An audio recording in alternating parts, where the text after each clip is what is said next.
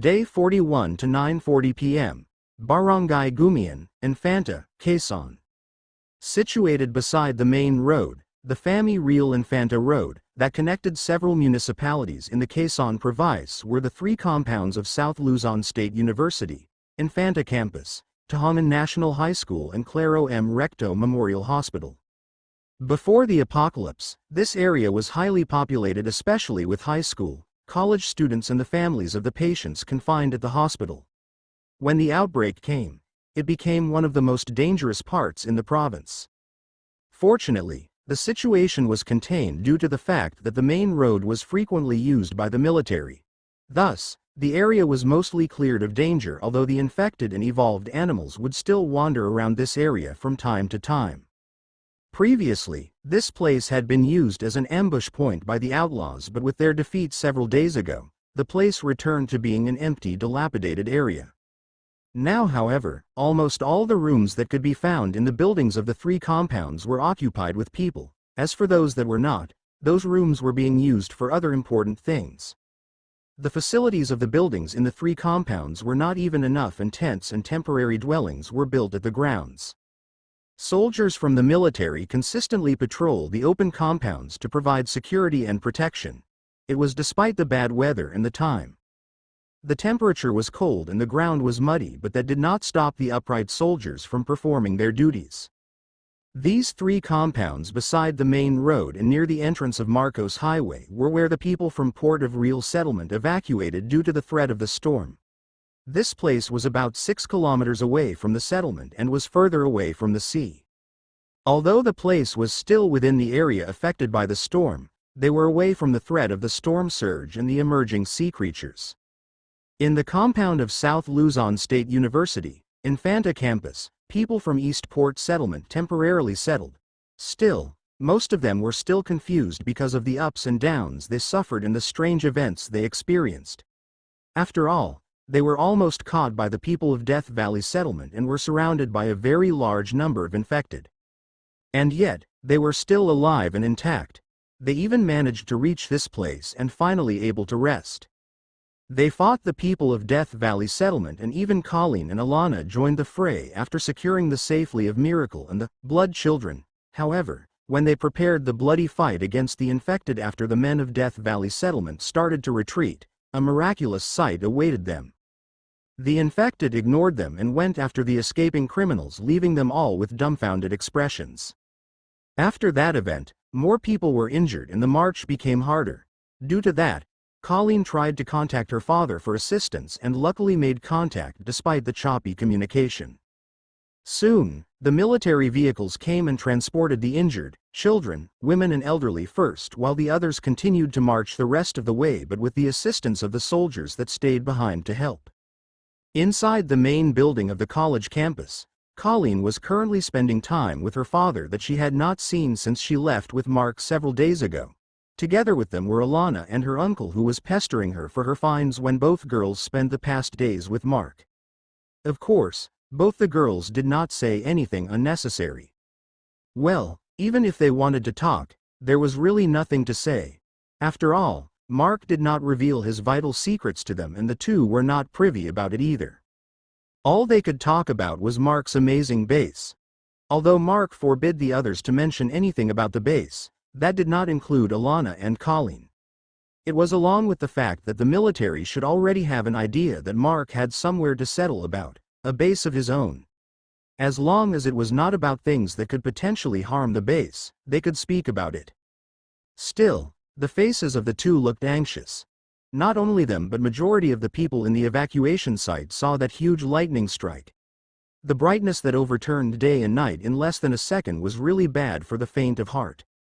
Not to mention the deafening roar of the heavens that followed after the strike. Talk. Talk. A knock was heard from outside. Come in. Major Bautista let the person from outside the door to enter. The person was a soldier who looked hurried. That expression made the atmosphere inside the room rather tense. They did not know whether it would be a good or bad news. Major. The general was calling for you. The soldier saluted and told his business. Hearing that, Major Bautista was confused. The major had been busy running about because of the evacuation and was finally able to rest with the permission from the general. Yet, the general was calling for him in his free time. It could only happen if something very urgent occurred. Did General Faustino tell you why? Yes, the soldier seemed to hesitate. Say it. Major Bautista urged. Actually, sir, it might sound unbelievable, but we just received a report. The soldier took in a deep breath.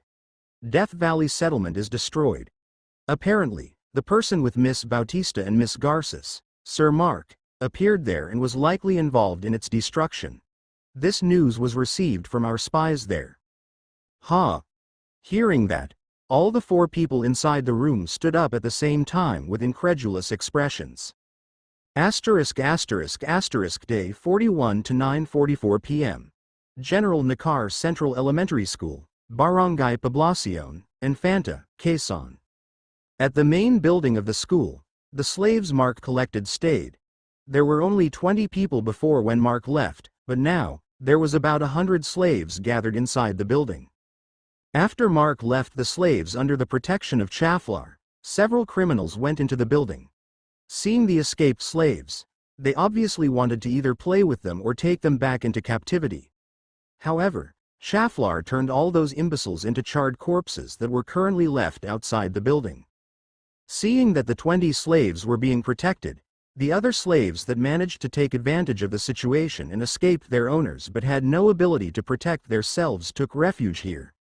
Although they wanted to escape as soon as possible, their weakened bodies would not be able to handle it under the storm. It would be more likely that they would die due to cold if they did so, which would contradict the whole reason they wanted to escape, and that was to live a free life. Although it would be impossible to return to the life they had before the outbreak, in the least, they wanted a life free of torment and suffering from those who viewed themselves to be superior. They were already fed off from their life without a shred of self-respect. To their dismay, the dragon that served as their protector suddenly flew off several minutes after that huge lightning strike happened. Furthermore, a large group of armed men appeared outside the building, which caused them even more disappointment and regret for not escaping beforehand. No one noticed that while all these things were happening, a glowing crystal passed by above the ruined settlement. Day 41 to 9:45 p.m. Agos River, Barangay Pamplona, General Nakar, Quezon. At the sky northeast of Death Valley settlement, Mark rode at Chaflar's back as they chased for the crystal that flew away. It was unknown why the crystal that should have just fallen to the ground after absorbing the psychic ability of the whale suddenly flew off. However, the manner it flew reminded Mark when the crystal containing Freed flew towards him 6 years ago. Still, that was due to Freed choosing him. As for this crystal, it was impossible that a sentient soul was controlling it. Even if the consciousness of the whale had survived and was accidentally absorbed into the crystal, it surely would not be able of doing this. When the crystal suddenly flew off, Mark tried to chase it immediately, but he was hindered when a mental crystal suddenly popped up from the psi crystal on his arm. After all, the thick psychic energy in the air was still there and was being absorbed continuously. In fact, it was already the 21st crystal since the storm started. While Mark was doing many things such as killing the mutators and destroying the settlement, the psi crystal did not stop absorbing the psychic energy in the air. After storing the new crystal, Mark jumped off to chase, but the crystal he called Stormcaller Mental Crystal flew rather too fast that he even needed to call for Chaflar to be able to maintain the distance. Although his shadow mist movement was fast, he would gradually slow down in the air due to the lack of propelling force and would not be able to maintain the distance with the fleeing crystal. Luckily, the crystal continuously glowed, which made it impossible for Mark to lose it due to the dark sky. However, it also made him feel that it was actually leading him somewhere than actually fleeing. After flying for several minutes, they reached the estuary that connected Agos River and the sea. There, the crystal that was flying at the same altitude all this time started to make its descent. The estuary below was rather large and there were several islands could be seen, with the largest one being about more or less 400 meters in length. However, due to the rain that made the river overflow, the islands that could be seen were lesser in number while the visible ones looked smaller than normal.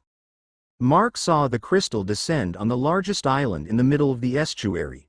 It was rather dangerous since the rain made the river rather wild. If the crystal suddenly fell onto the water, everything he did was for naught. Fortunately, it seemed that the crystal was actually moving towards the island and not anywhere else. Then, Mark noticed something. There was a figure lying slightly near the center of the island. The figure seemed to be human. To be precise, human, at least, the upper body. It was a woman, lying on her back without moving. As the crystal closed into her, Mark had no choice but to rush down. Due to the sudden descent, Mark and Chaflar managed to catch up to some extent.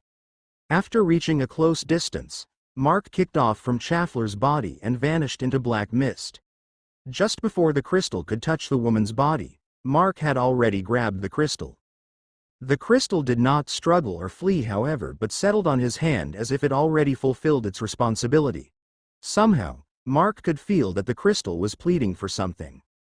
Mark looked at the woman whose upper body was literally naked. Her face, body proportion and hair looked beautiful. She even looked enchanting. The ornaments on her hair, which were made of colorful shells and stones, further enhanced her beauty. However, her body had a lot of wounds and she was breathing weakly. Storm, whale, this woman, everything clicked into place and Mark understood what had happened and where the mutator whale had stolen its ability to call forth a strong storm. There was a myth that if you caught one of this woman's race, the king of the sea would call forth a never-ending storm until the captive was released back to the sea. It was very likely that their kingdom under the sea had already been destroyed, and it would not be surprising if the whale was the culprit. Another possible thing was this woman could be the last member of their kingdom.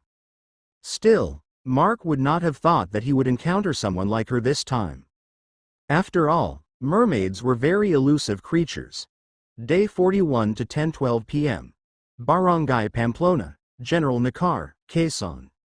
While riding on Chaflar's back, Mark returned to the monastery to pick up the unconscious girl she left there. Of course, he was not alone this time.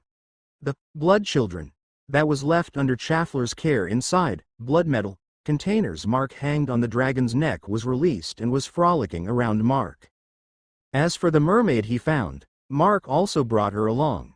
Seeing a creature of legends of the sea for the first time, there was no way that he would leave her there to die. If possible, he wanted to keep her together with Amihan, who was also a denizen of the mystical part of Earth.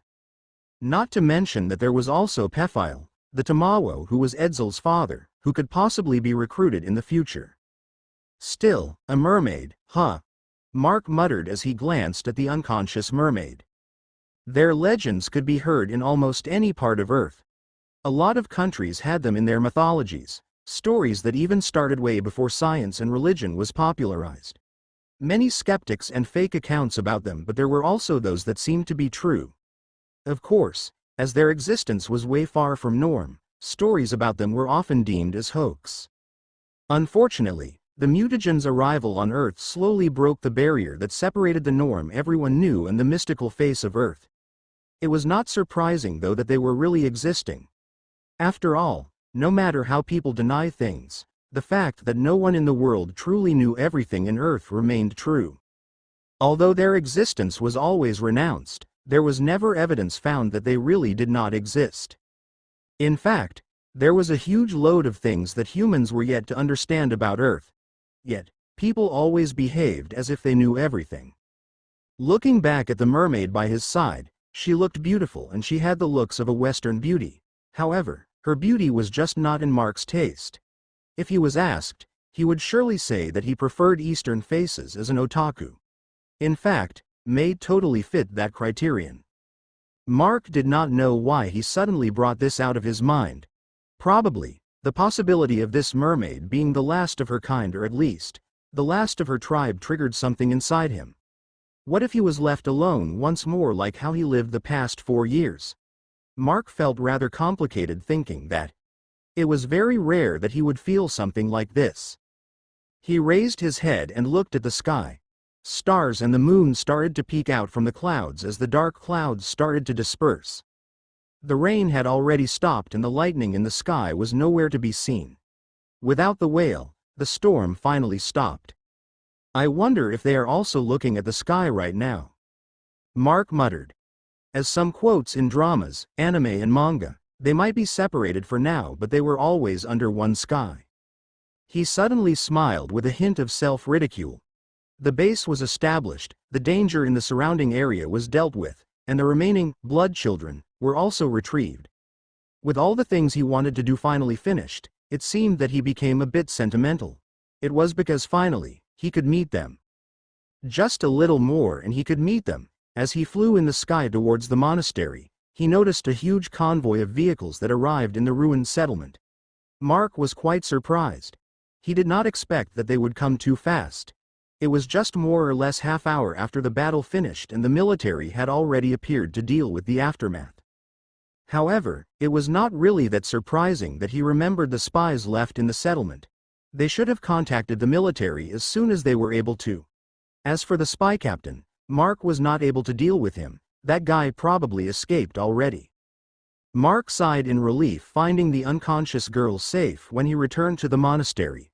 After all, he left in a hurry because of the crystal that suddenly flew off. Well, with every living thing and infected around dying due to the lightning strike he triggered, it would be surprising if the girl was suddenly in danger in the short time he was gone. Soon, he returned to the Death Valley settlement. The appearance of a huge creature suddenly landing in the middle of the school grounds alerted the soldiers that already occupied the place. Chaflar was immediately surrounded, but seeing the familiar dragon and Mark riding on its back, those that recognized him immediately put their guns down. The area was illuminated by spotlights and the noisy sounds of generators could be heard from several places. People who looked like slaves wearing tattered clothing and had wounds and scars on their bodies were being carefully escorted by the military into their vehicles. It seemed that the arrival of the military lightened the load in their hearts and hope could be seen in their eyes. When Mark jumped down, two girls hurriedly approached him. Mark, Colleen and Alana came running with worried faces. Back at Eastport Settlement, Mark stayed behind for an unknown reason and they were already worried because of that. Hearing that Mark suddenly appeared and participated in the destruction of the dangerous settlement further bolstered their worries. Not to mention Mark's tattered appearance right now. Remembering how Miracle fearlessly confronted Adric back then and how Mark fearlessly participated in the destruction of this settlement, it really seemed like they were father and daughter. They were alike in some ways. The two were about to complain to Mark, but before they could utter a single word, Mark raised his hand to stop them. I know you two want to complain, but can you two save that for later? I'm tired. Look at me, I'm all tattered and soaking wet. Hearing that, the two swallowed the words they were about to say. What Mark said was reasonable. The two already heard from the soldiers about what they saw Mark did and of course, he would be tired after that. He succeeded in destroying this forsaken place after all. While the two girls looked at each other with bitter smile and shrugging shoulders, Mark spoke once more. Also, I want you two to help me a bit. Mark then took the girl from Chaflar's back. The first thing they saw the girl's missing arm. This is cruel, what happened to her? Colleen approached and touched the burnt stump of the girl's missing arm.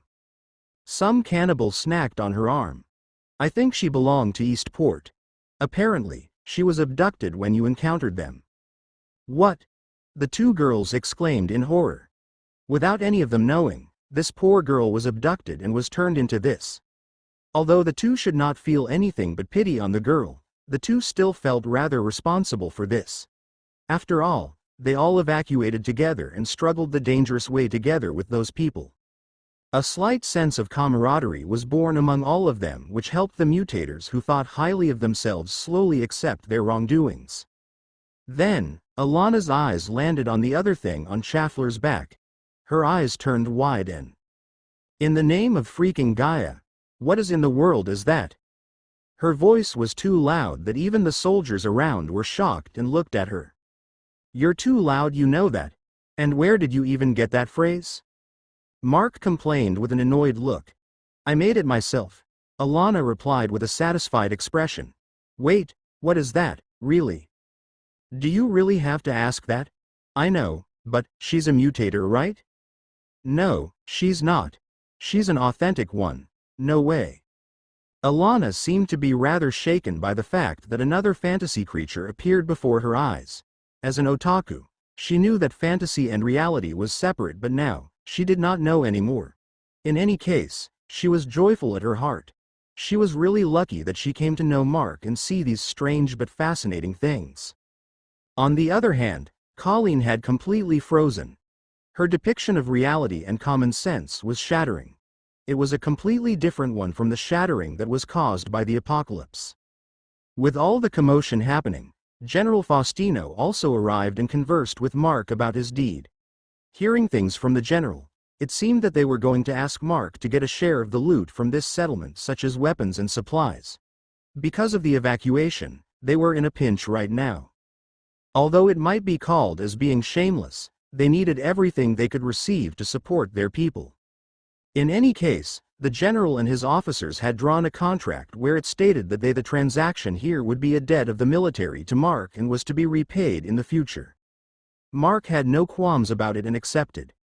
Actually, rather than having all those guns, he just wanted to keep about 2 or 3 of each kind and a supply of ammunition for collection. As for the food, he just wanted those things that could be hard to procure nowadays and would not bother about sharing the common ones. Mark returned to the main building, leaving the unconscious girl and the mermaid in the care of Colleen and Alana. Seeing the mermaid, the soldiers also caused quite a ruckus, especially those who were entranced to the sleeping beauty. When he arrived at the building, he was immediately welcomed by 4 people. Among them were Aaron and Naomi. However, although they were glad that Mark came back alive, there was also the expression of helplessness in their faces. Looking around, Mark found that the 20 people he decided to recruit had reduced to 9. Out of the 9, 5 people were still sitting down at the side while only looking at Mark with blank faces. They were the ones who totally had no desire about things and only wanted to at least fulfill their words of joining Mark. Unexpectedly, Tulia also remained despite the fact that she did not answer Mark when he asked them for following him back to his base. Only you 9 remained? Mark asked, making Naomi and Aaron hung their faces. Sorry, Master. Naomi lowered her shoulders. We're not able to stop them when the military wanted to take us. Those that left wanted to leave together with the military.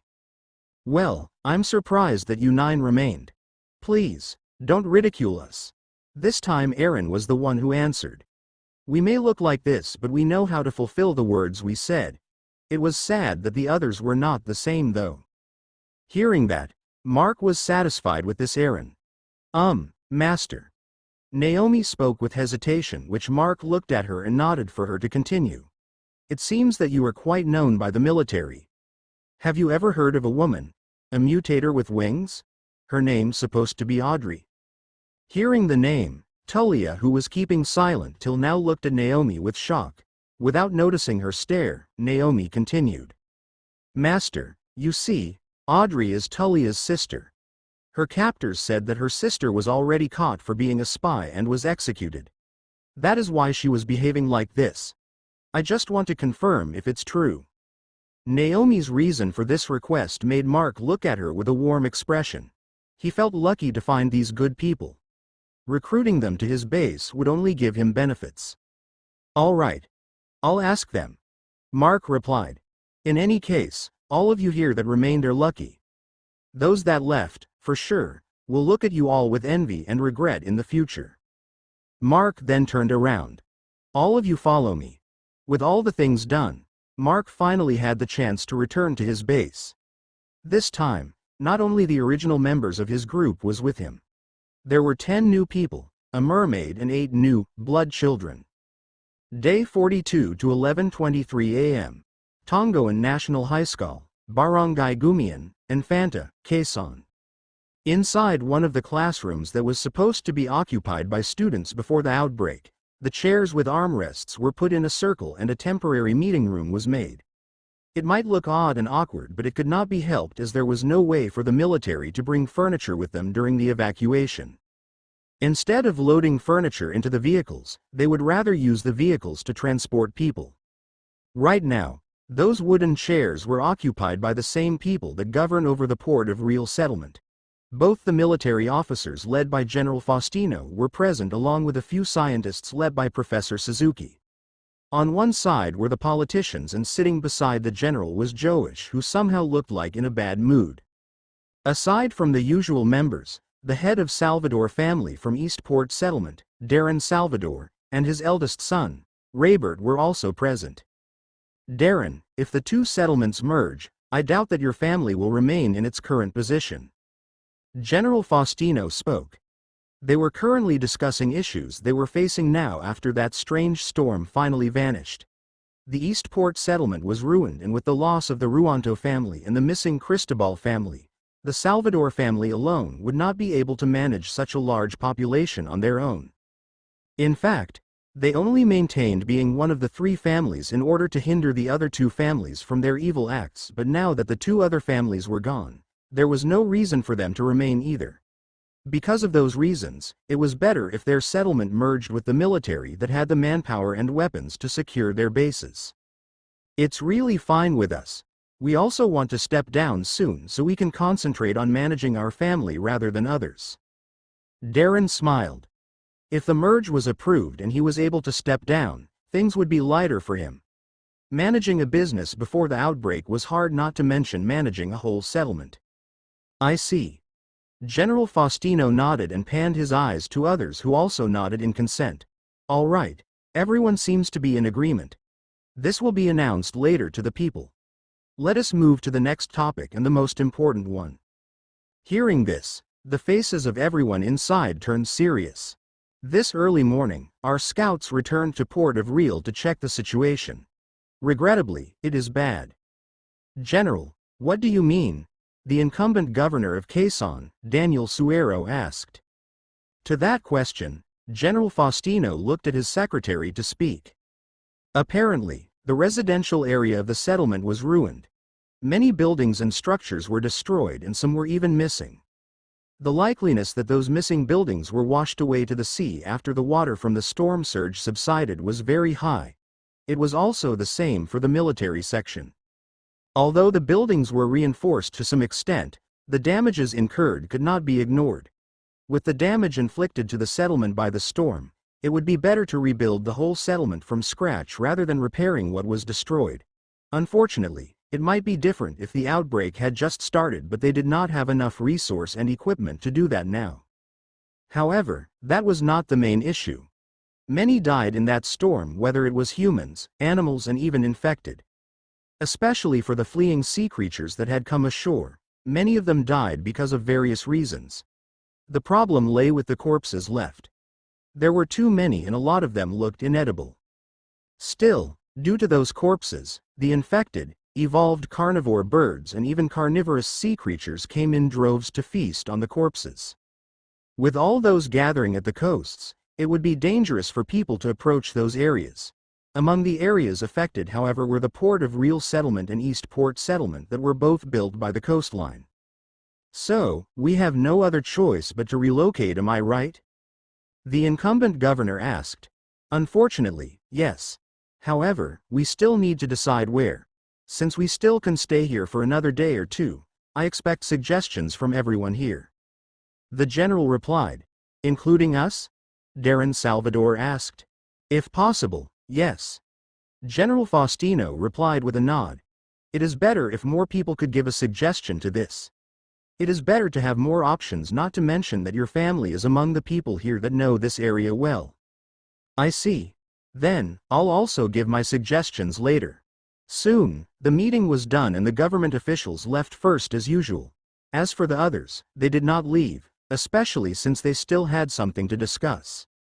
Professor Suzuki, what are your findings? General Faustino asked, which made the others look serious once more. Those heads and bodies, they were in the similar condition as Drake's and his men's corpses. This is why I totally think that our first assumptions about Mark were true. Well, at least not all of the heads lost their mutations though. For some reasons, Mark did not take all of them. I see. General Faustino nodded in understanding. After the events last night, the soldiers found the headless bodies everywhere around the ruined Death Valley settlement. Furthermore, They found the house where Mark housed the severed heads after Mark left with the people he intended to take away. Some of the heads inside that house were known to be mutators, especially because of their unique abilities. Since that was the case, the concentration of mutagen in their bodies should be rather high, but according to Professor Suzuki, their bodies were the same as Drake's, which meant that their mutator abilities had been removed. In any case, it is better if we keep on his good side. If he was really able to grant those abilities he had taken to others, it won't be long before he strengthened his people. The people inside the room nodded in clear seriousness. Right now, not only that Mark helped them in many things, but also their settlement had a debt with him. It was good that a person with these powers was at least in good impression with them. If he suddenly turned hostile, they would be in great trouble. They might follow the steps of Death Valley settlement if they made him an enemy. Because of this, it seemed that they had to agree about what Mark wanted. He asked General to give him the female spy that was caught by him back then due to some unknown reasons. However, they already had suspicions that Mark wanted that woman's ability to fly.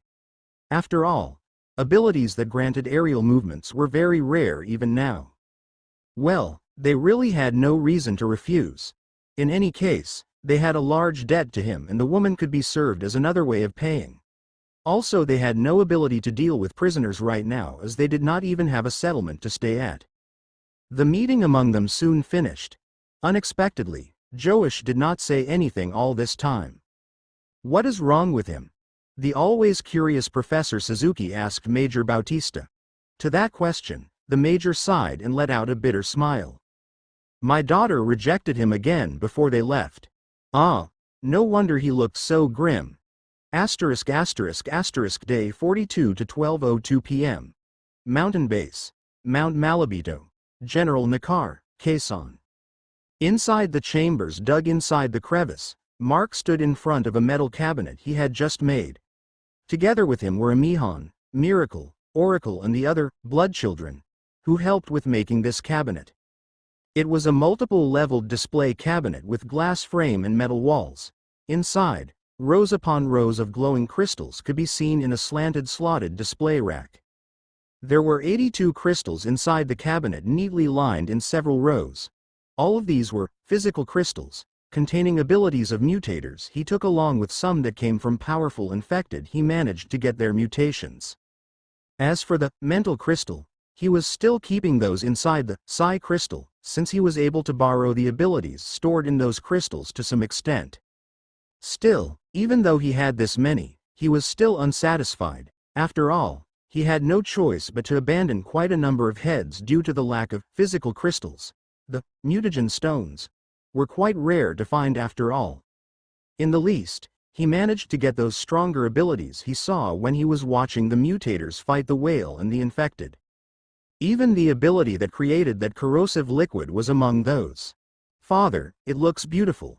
Right, my lord, this look amazing. Miracle and Amihan could not help but say as they watched the shining crystals inside the metal cabinet. Hearing that, Mark nodded. It was really a fascinating sight. After the events last night and getting Miracle, Amihan and the blood children that were left in the evacuation site, Mark brought the people he gathered towards the base in the middle of the night. Since it was impossible for Chaflar to carry that many people, he came back several times to bring everyone. To say, Edsel, Hamlin and his grandchildren and even the slaves that already lost their good outlook in life were amazed when they arrived at the base for the first time. They never imagined that there would be a very secure-looking base in the middle of the dangerous mountains. Even though it was in the middle of the night, Mark was welcomed back by Huey and Jolene. It seemed that these two really took their jobs in this base seriously. Even Nicole, Trisha, Ed and Ron, who were the first inhabitants, came out and helped with settling the newcomers.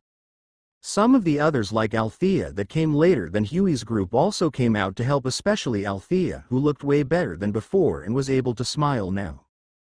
Hallie, however, she was sleeping like a log at the female quarters. Many were surprised seeing the unconscious mermaid that Mark brought home. It was also the reason why Mark just let Hallie sleep, or it would become a big ruckus. The mermaid was placed inside a large basin made of blood metal, and was filled with spring water. Although they were not sure if the spring water was suitable since mermaids live in the sea, it was better than nothing. Surprisingly, the mermaid's wounds started to heal faster after her body was submerged by the crystal-clear spring water. It seemed that the clean water had effects on a creature of water like her.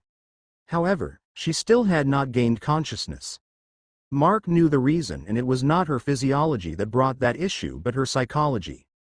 The mermaid was even uttering incomprehensible mumblings as she slept, but her expression was awful. It seemed that she was in a loop of agony.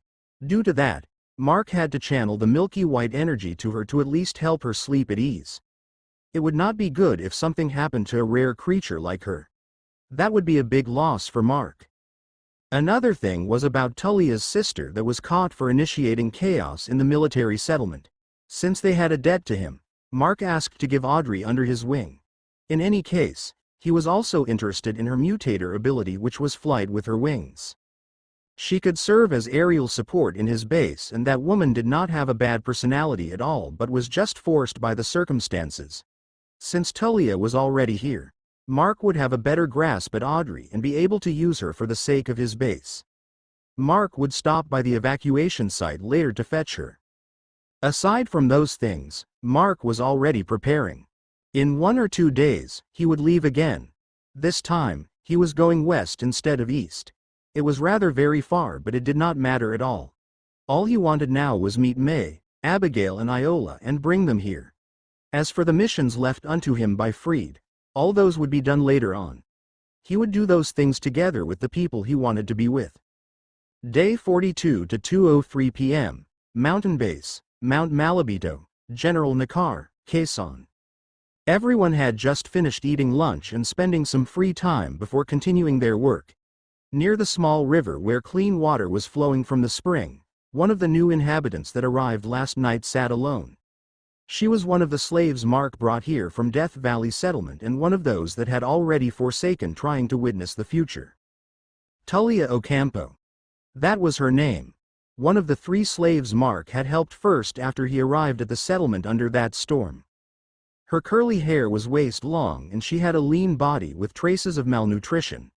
She had a small cute face and she had intelligent-looking eyes. Unfortunately, those eyes showed the extent of suffering she had before. She was blankly looking at her reflection on the flowing water while her experiences in the past weeks played in her mind. 2 weeks after the outbreak, her sister, Audrey, was injured after the last time their group scavenged outside. Due to that, Audrey had to stay behind the next time their group had gone out. That was the last time she had seen her.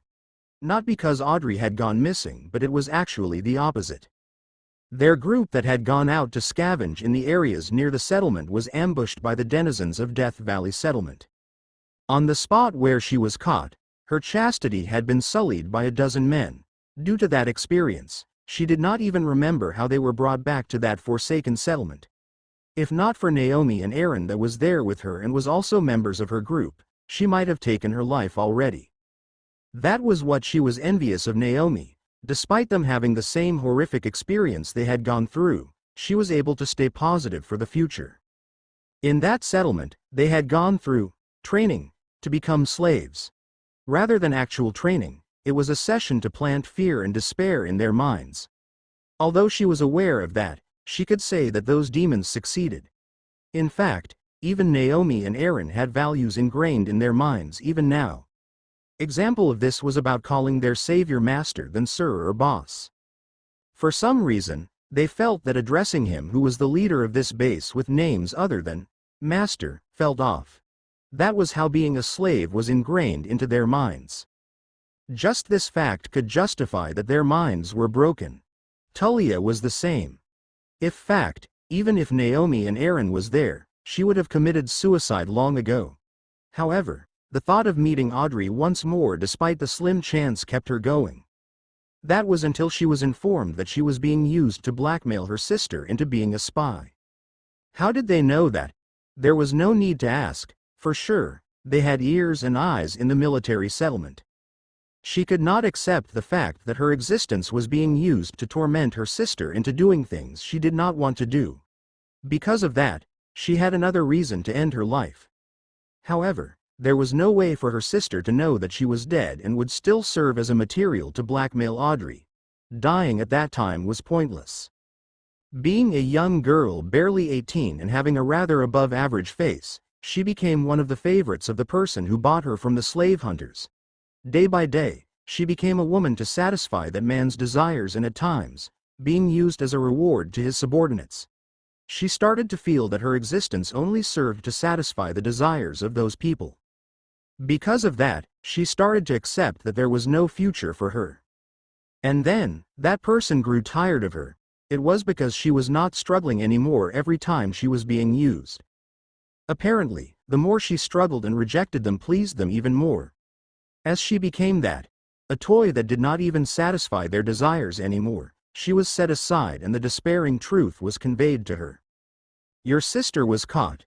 You don't have any value now that she'll likely be executed for espionage. That man grinned when he saw her despairing face. Then, she was returned to the slave hunters to be sold again. That was the time the storm came. It felt like it had been a long time, but that was actually just yesterday. Hearing that her sister could be dead, her reason to live dwindled. However, it would not be anytime soon. She was so tired that she had no energy to even kill herself. Tulia never ever felt so weak even when she was being tormented by several men in bed. The criminals gathered together and as she overheard things, it seemed that they would be catching quite a large number of people this time. They surely wanted to replenish the dwindling number of slaves in that settlement. After all, the way they handled people killed them most of the times. Who would have thought that it would also be the day that the hellish settlement would be destroyed? When the commotion broke out, many of the slaves saw that as an opportunity to escape. Tulia, on the other hand, along with a few slaves, felt that it was meaningless. Emaciated and weak, there was no way for them to escape without being caught. Not to mention that there would be nowhere for them to go. Returning to the military settlement, there was no way that she would do that. Spies were everywhere and the government could not be trusted either. After all, the man that owned her all this time was a former government official. He even had ties to people in that supposed to be safe settlement. Thus, she just sat there in her cage under the rain. She wished that the cold would kill her soon. However, Naomi and Aaron did not give up on her and tried to help her even to the extent that they were almost caught. Fortunately, their new master, Mark, came at that time. They were saved, but she did not feel that it would be different anywhere. Looking at his face that looked even worse compared to some of the criminals in Death Valley settlement, he would probably treat them the same. She would not be surprised if he asked her to satisfy him in bed soon. To her shame, she was mistaken. When they were brought to his base, they were amazed. They thought that it would be a barbarian village since it was in the middle of the mountain, but they were gravely mistaken. Sturdy tall walls mounted with weapons, huts that were being used to manufacture things, houses that could protect them from cold, clean water to drink and delicious food to eat. Anything they wanted and things they struggled to have after the outbreak could be found here. Not to mention that everyone they met had those happy smiles in their faces. Tulia wanted to apologize to their new master for thinking about bad things about him.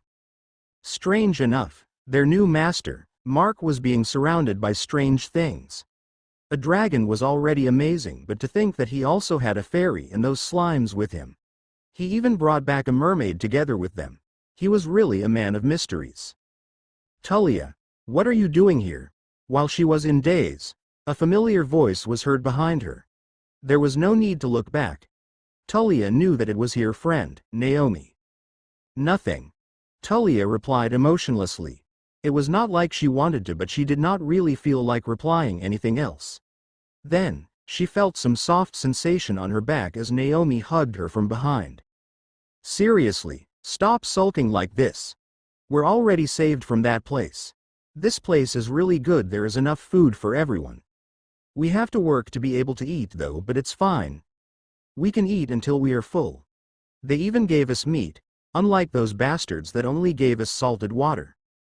Naomi spoke with her usual energetic style. She never really changed. Unconsciously, Tulia let out a hidden smile that Naomi was unable to see.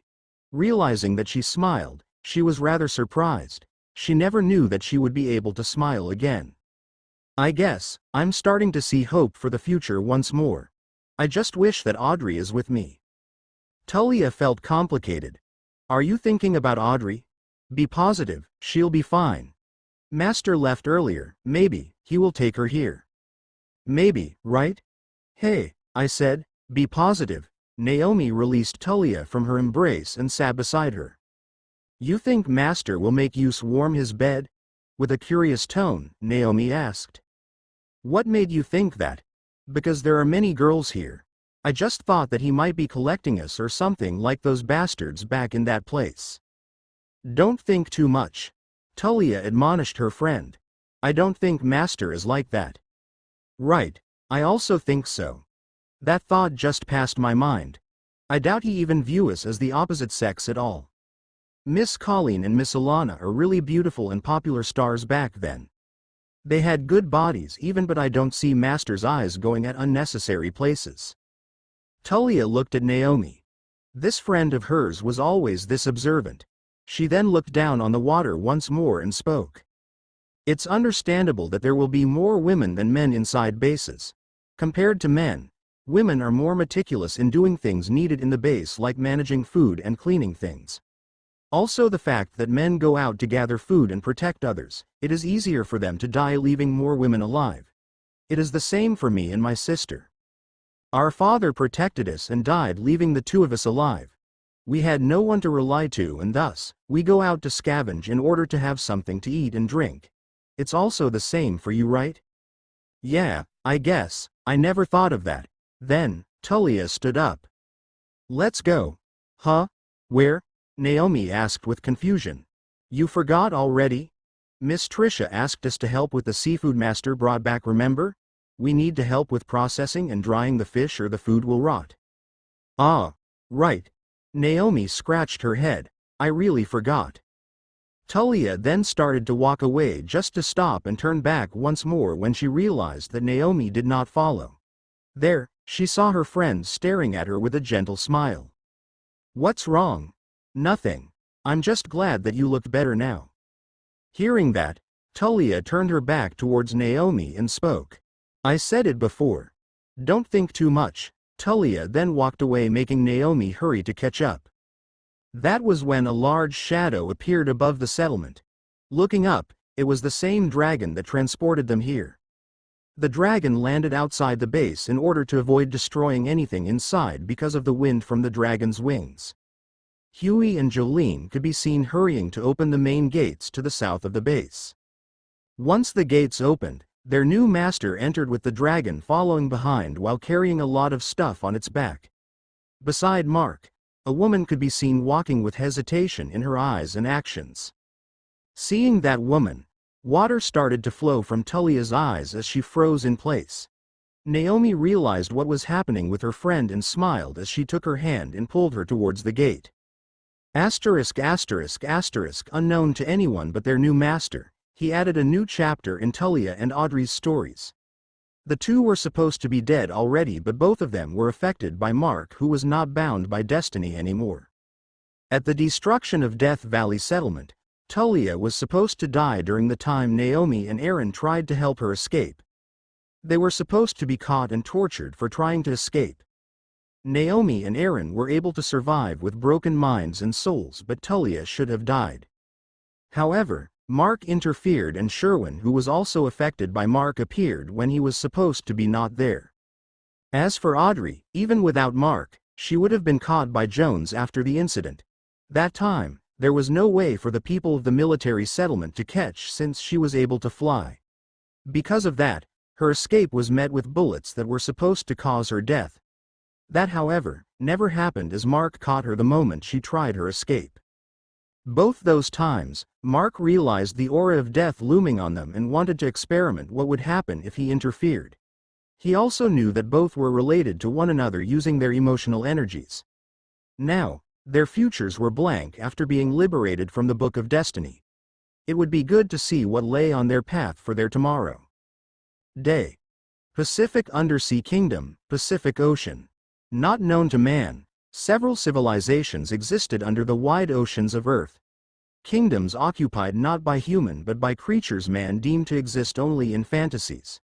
These kingdoms were inhabited not only by beings half human and half fish but also by other fantastical and scary creatures of the sea. Still, for the most part, these kingdoms were occupied and ruled by the beings called the mer. The merfolk, commonly called as mermaids and mermen, lived under the sea for generations. It might even be possible that they existed before men even walked the earth. Hiding from the conflict-thirsty and greedy land dwellers, the mer kingdoms lived peacefully under the oceans of earth. That was until the infected and evolved animals appeared under these peaceful waters. As the meteoroids exploded at the Earth's atmosphere, airplanes flying in the sky crashed due to its passengers and crew being suddenly exposed to mutagen their bodies could not endure. Turning into savage monsters, they spread across Earth, infecting and changing every living thing. Even the oceans were not spared. With how much percentage water occupied Earth, it was not wrong to say that more of those airplanes crashed into these oceans than actually crashing on land. Due to that, the infected in the oceans were more powerful and advanced compared to those in spreading terror inland. In fact, due to the waters being contaminated with mutagen, some sea creatures grew limbs that enabled them to go on land. The most affected place, however, was the kingdoms of the merfolk. Under the southern Pacific Ocean near the Philippine Sea, one of these kingdoms was located. Beautiful structures made of colorful corals and stones that more looked like they were shaped by time than the hands of the mer. Strange-looking corals that were not discovered by man yet could be seen illuminating the whole place. The most prominent structure was the large castle at the center of kingdom. The city under the sea was not that big, it could be said, compared to a small housing subdivision mankind had on their lands. Covering this small but beautiful kingdom was a transparent dome, a barrier made of magical energy. This barrier kept the kingdom from being seen by the eyes of the unworthy and kept the peace and quiet of this kingdom. However, that peace could not be seen at this moment. "Father, is what I heard true?" A beautiful mermaid with colorful stones and shells adorned on her head asked the king, who sat on his coral throne and wore his coral crown adorned with gems. This beautiful mermaid was the princess of this kingdom, Miliel. She had a tail with orange scales and a wave tail like a goldfish. Her father, Farliral, the king, sat on his throne with a stern face. His long beard that danced along with the water could not hide this expression. "My princess, it is better not to interrupt His Majesty while he is thinking." A handsome merman reprimanded the princess. He was the general under the king and was reporting the dreadful circumstances they were facing. While they were here talking, their brave warriors were currently fighting outside their barrier. Their barrier that was supposed to hide their precious kingdom was still working, and yet, their kingdom was being besieged by monsters. "Rumiel, are you sure that what we are against were not evil creatures?" The king spoke with a very stern voice. "Yes, Your Majesty. By their appearance, they were supposed to be human, but at the same time, they were not. I can assure that they were humans since they all came out from that human vessel capable of traversing the sky that fell at the eastern reefs. Those accursed humans." King Farliral cursed in a furious tone as he stood up from his throne. With his curse and expression, it was obvious that he had a deep grudge against humans. "Father, please appease yourself. What General Rumiel is saying is that the enemies should be human before, but they are not anymore." "Yes, I agree with the princess, Your Majesty. There seemed to be another factor at play in this situation. In the first place, humans should not be able to traverse our ocean this deep without those equipment they call diving gears. Not to mention that our current enemies were able to move over water with speed comparable to us." Hearing that, the king calmed down to some extent and sat once again. "What about the casualties, Your Majesty?" "There was a lot, unfortunately. Some were injured by scratches and uncanny tricks of our enemies, but most were injured by bites. For some reason, those that were bitten were unable to continue the fight, and we had no choice but to send them away, and they were brought to the healing area." While the three were inside the throne room of the castle along with a few soldiers guarding the king and the princess, shouts were suddenly heard outside. "Your Majesty! Your Majesty!" A mermaid with greenish hair and wearing a shell circlet barged into the throne room. Of course she was intercepted by the soldiers with their spears made of stone and sharp shells. Let her through. The king commanded, making the soldiers step back to their initial positions while the mermaid that had just entered rushed in front of the king. Arethiel, what is happening? Your Majesty, the city is in chaos. What? Everyone in the throne room exclaimed in both shock and confusion. Did the enemies made it through? It can't be. I swear in Poseidon's name that we should be able to block the enemies at least for days. Arethiel turned to the general.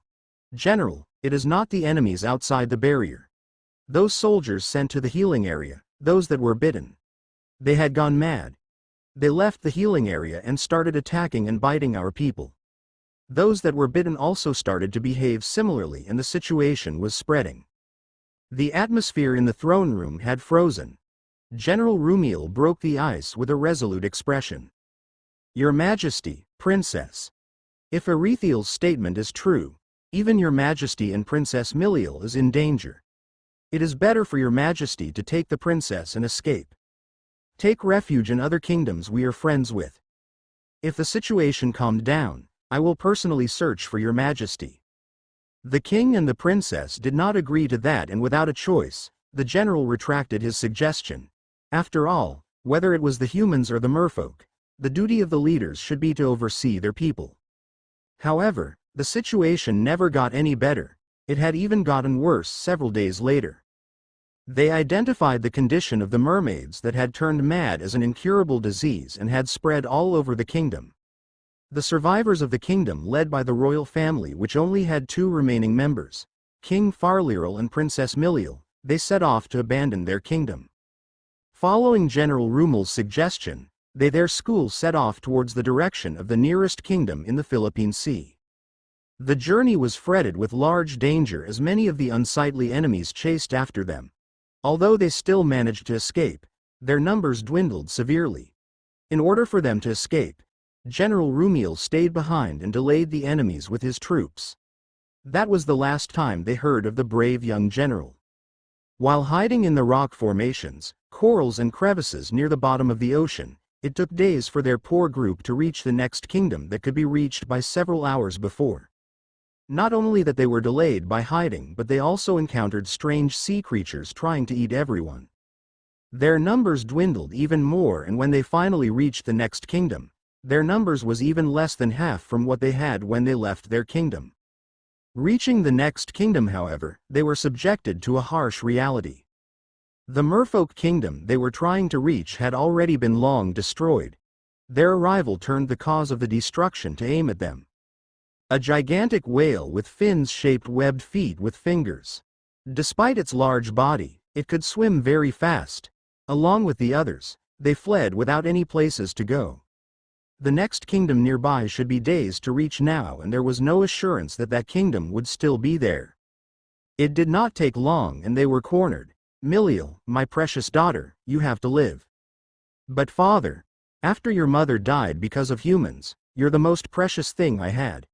Can you at least agree to my last wish? Milky drops left Miliel's eye and turned into pearls that drifted down the bottom of the sea. Her pure sorrow as she nodded turned into precious stones.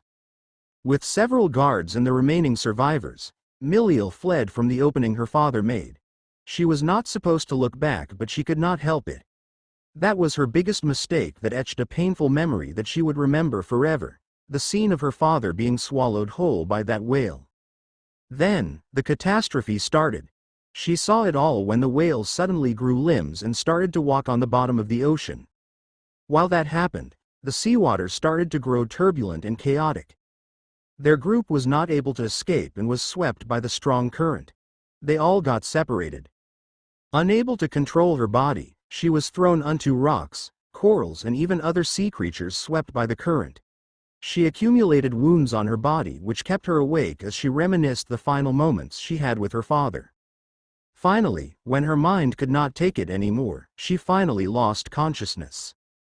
Day 42 to 6:33 p.m. Mountain Base, Mount Malabito, General Nakar, Quezon. Father. Miliel screamed as she woke up. It seemed that she had a nightmare. She was in a daze for some time when she finally realized. Pearls dropped into the water she was submerged in as her tears turned into these precious gems. With a sad smile, she muttered, "I am alive. Father, I fulfilled your wish, right?" It took quite some time before she managed to calm down. That was when she noticed that she was not in the ocean but was actually in a strange place. Her body was half submerged in water inside a large basin. She did not know what happened, where this place was and why she was here. The only thing she could tell was that the water she was submerged in felt really good in her body. She looked around. What she could see were walls made of stone and a door made of metal. Even the ceiling were made of stones. A dungeon. She started to feel scared with the thought. What if she was captured? She was about to cry for a different reason when the door opened. Her eyes grew wide. Outside the door, a man wearing strange clothing stood. Yes, stood. It was because he had feet. Human. Miliel tried to escape. However, since she was inside a basin, she ended up being thrown onto the dry ground. Nevertheless, she used her arms to try to get away. She crawled on the ground, causing her yet to heal wounds to open once more. The ground was dyed with her blood as she tried to escape. Unfortunately, the furthest she could go was the farthest corner of the room. There, she curled herself while leaning on the wall and hanging her head down. She was even scared to look at the human that entered the room. Despite the pain her body was feeling due to her wounds, her fear overwhelmed her mind. *% hash caret hash percent and caret hash asterisk hash $%. Miliel could hear the human spoke, but of course, there was no way for her to understand it. She did not know. The human was currently scratching his head, not knowing what to do, realizing the language barrier between them. Then, she felt two hands wrap around her body, which made her flinch. She tried to struggle, but the human was strong. When she knew that she was in danger, she felt herself being submerged in water once more.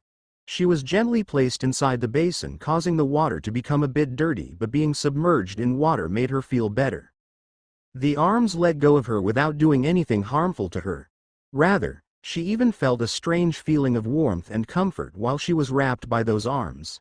She was finally able to look at the human in front of her. It seemed that he looked really troubled and was currently talking to a strange creature on his shoulder. Day 43 to 8:42 p.m. Mountain Base, Mount Malabito, General Nakar, Quezon. Yawn. Alana yawned while stretching her body, which somehow emphasized her beautifully shaped body. "Do we really have to be this early?" Hallie asked while she rubbed her sleepy eyes. "What early? Look at the sun and tell me that it's still early. Aside from you two, everyone is already out working." Mark reprimanded the two. Yawn. Another yawn followed suit, which came from Amihan on Mark's shoulder. To that minute yawn, Mark only glanced a bit and did not say anything. "Wah, you're too biased, you know that," Hallie protested, making Alana nod in agreement. "Seriously, cut it, you two. We still have things to do." They were currently inside one of Mark's newly made chambers inside the rocky crevice. Together with them were Miracle, who was being carried on Mark's arms, and the group of blood children consisting of Oracle, Crimson, Ivy, Salacia, and the newest, Alaula, the glowing blood child. This new chamber was made further inside the crevice, which sunlight could not reach, and that was also the reason why Mark had not built these new chambers before, aside from the ones where the infected were being kept. Fortunately, the issue about light was finally solved because of Alaula. The blood metal created from Alaula was also glowing, and the intensity of light could be adjusted accordingly by changing the density and thickness of the metal. Finding the best adjustment was what Mark had spent his time yesterday afternoon until sunset, well, until the mermaid had waked up. After experimenting, he was able to get the right density, thickness and placement, and was able to make this room lit up as if he was using a fluorescent light. It was quite dimmer than the actual one, but way better than an oil lamp. He arranged the glowing bars of metal on the ceiling, creating a lighting grid above which lit the whole chamber. It was not very space efficient, but at least it functioned well. This morning, they were here to work on a few things like improving their weapons and making some designs. But first, they had to deal with the poor child currently lying down on the work table. She was the one Mark managed to retrieve from the cannibalistic mutator the other day. She had not woke up until now. Mark could force her to wake up, but it was better if they did something about her missing arm first. In other words, Mark would do some experiment. Looking at the side, the situation was like a surgery. The only problem was there were no doctors, and what the surgeons were handling was very unlikely to be used to treat the little girl. By the way, how is the sleeping mermaid? She woke up already, right? We heard from Trisha last night. She said that you asked her to prepare food for her. Alana asked in curiosity while they prepared the materials. Ever since Mark took the mermaid into the chambers, he had not talked about it. Mark also left yesterday to visit the evacuation center because of several things, and when he returned, he immediately went back to his work. She woke up last night. Mark spoke nonchalantly. Really? Can we see her? Yeah, let us see her. Unless you do you really have to hit my head? I'll go stupid if you keep doing this. Hearing that the mermaid was awake, the enthusiasm of the two Oedicus flared up. However, one was thinking something improper which made Mark shut her up. Ignoring her protest, Mark spoke. You two better not, at least not now. She is very afraid of humans, and there's also the language barrier. Just getting her name and making her eat is already a handful. You two can ask Amihan here about how hard it was. Right. We had to speak like cavemen just to ask her name, and she also doesn't eat meat and fish. Amihan spoke with a bit of grumble. The little sylph was still afraid of humans, but it was quite better if it was Alana and Hallie for some reason. Aside from these two, she could not speak to others at all without flinching. I think there is someone else who is also afraid of humans and also only eats fruits here, right? Alana teased, which made Amihan freeze and blush. She realized that she was also referring to herself when said those words. Afraid of humans and not able to eat meat and fish, she was totally the same. Hallie nodded with comprehension. It's understandable that she won't eat fish. It's cannibalism. Anyway, what is her name? Alana asked. Miliel. Mark replied as he made Miracle sit on the table beside the unconscious girl. Her name sounds like an angel. She had fishtail instead of wings though. True. Alana and Hallie spoke respectively. Both of them had serious expressions on their faces. Mark looked at the two with stern eyes. Really, cut it off you two. Everything is ready. Let's get to work. Are we really doing it? Yeah, shouldn't we get her consent first? Alana and Hallie seemed to have some hesitation about what they were going to do. You can't ask an unconscious person. Also, if she sees her missing arm, she'll probably suffer a mental breakdown after she remembers what happened to her. After this, at least she will have something as replacement. Well, that's true. The two girls finally agreed. In front of them, parts Mark prepared beforehand lay on the table along with the design. It was also the reason why the two had some hesitation. The metal parts that lay on the table were parts to be used to replace the girl's missing arm. It was an experiment if they would be able to build something like this. A semi-organic automail. Here, the role of the blood children, especially Miracle, was very essential. Miracle was not human, and that was clear for everyone here in this room. It was hard to hide it from Alana and Colleen when they saw her body behave like that when the little girl fought the criminals from Death Valley Settlement. Her body was supposed to be made of blood. However, that blood became flesh when she accidentally fused with the physical crystal containing her mother's mutator ability. Still, her body was not the same of a human's, but just emulating the structure. In any time she wanted, she could change her shape and appearance as long as her bones allowed her to. And of course, she had the ability all the blood children had after Mark fed them his blood. The ability to create blood metal, and separated the metal from their body. In Miracle's case, the supposed blood metal could have the property and structure similar to flesh. That flesh could be shaped and emulate the desired cells, organs, and even nerves. In easier words, she was capable of creating artificial body parts from her body. It was just she was too young to be able to understand how to. Because of that, Aphelia's help, who was inside Miracle, was also necessary. At this moment, Miracle was totally silent. It was because Aphelia was mostly in control of the little girl's body. Following the design, Hallie and Alana helped Mark put the parts together. Soon it formed a sci-fi looking full-arm armor with a lot of open parts to allow more flexible movements. The surface of the armor was reddish-black in color with lining that emitted a faint glow. At the core of the armor were artificial bones that were directly connected to the armor. The bones were complete from the humerus to the distal phalanges. It was a complete replica of the bones found in a human's arm. With the armor being finished, the next step was to remove the burned part of the stump left of the girl's arm. It was Mark who did it on his own. In order to prevent bleeding, Mark stealthily made his blood whip enter the little girl's body while he was holding her shoulder. He then scraped the unnecessary parts, revealing the little girl's flesh soon after. Seeing that, Amihan, Hallie and Alana turned their heads away. Although they were used to seeing more grotesque things because of the infected, they still felt repulsive seeing the girl's flesh in the open. The unconscious girl released a painful hum. They did not have any anesthetics suitable for this and could only give her painkillers. Still, the medication was not able to fully numb the pain she felt. To ease her pain even just a bit, Mark released the milky white energy from his hands and made it enter the girl's body. After cleaning the wound, the final step finally came.